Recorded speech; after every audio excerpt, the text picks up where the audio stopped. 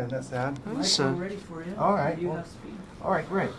Well, I was reading the press notes. I don't even want to go into the, what motivated you. But what, in your words, what's wrong with your character? He's kind of uptight. There's something wrong with him. Well, basically, this is a guy who, is sort of pathetic. I mean, he doesn't. He thinks he's supposed to be a tough guy. He's not really tough.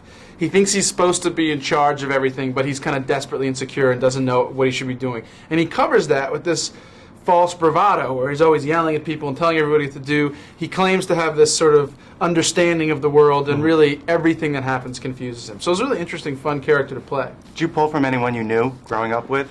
Because I've heard you do the imitations of people that you've grown up with. Yeah, this is similar in some ways, although one of the other interesting things is this guy kind of sounds like he's from New York, but he's really never left L.A. And it's part of his sort of getting his identity from like movies and TV shows and just stuff he thinks he's supposed to act like, And there are a lot of guys like that, sort of where I grew up, and it certainly has a sort of that attitude, that kind of attitude that he's sort of trying to affect is a sort of an East Coast attitude, so something I was familiar with growing up in Boston. So, in other words, he probably got his identity from a Martin Scorsese film. Exactly. This is a guy who's thinks he should be.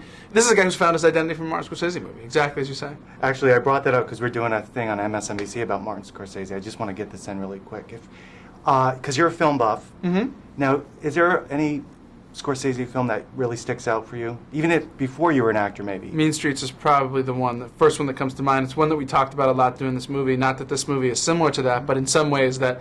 Who my character is trying to be is kind of one of those guys from Mean Streets. So this is the flip side of that, which is the kind of pathetic, kind of wannabe version of that. But yeah, I mean, you're talking about one of the great legendary filmmakers, since the invention of film, and this is a guy who's probably had the single greatest impact on movies in Martin Scorsese, than anybody. That's exactly what I've discovered working on this special. But, Yeah. Back to the movie. But thanks for answering that. Sure. But now, who has the upper hand, really? Jennifer's character, she seems to be the control. She's in control.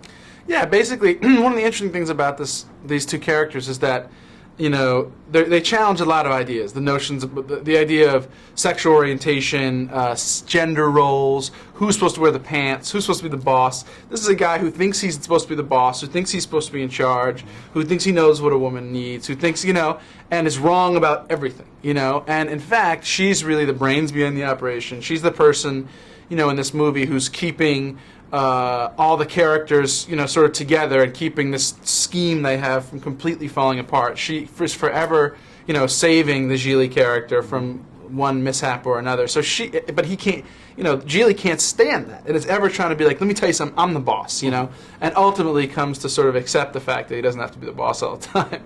Finally, we wrap up. You wrapped up Jersey Girl. You're both working. You're both in that again. Yeah. Jennifer has a much smaller part in Jersey Girl, actually. She's in about 15 minutes of Jersey Girl. Oh, okay. I didn't realize that. But we worked together. We worked together twice, and let me tell you something. Obviously, it's a pleasure for me personally to work with Jennifer. But anytime you can work with a wonderful actress, I think it makes the movies better as well. All right. We've been wrapped. Thank you, sir. Congratulations. Nice Good to see talking to you. again.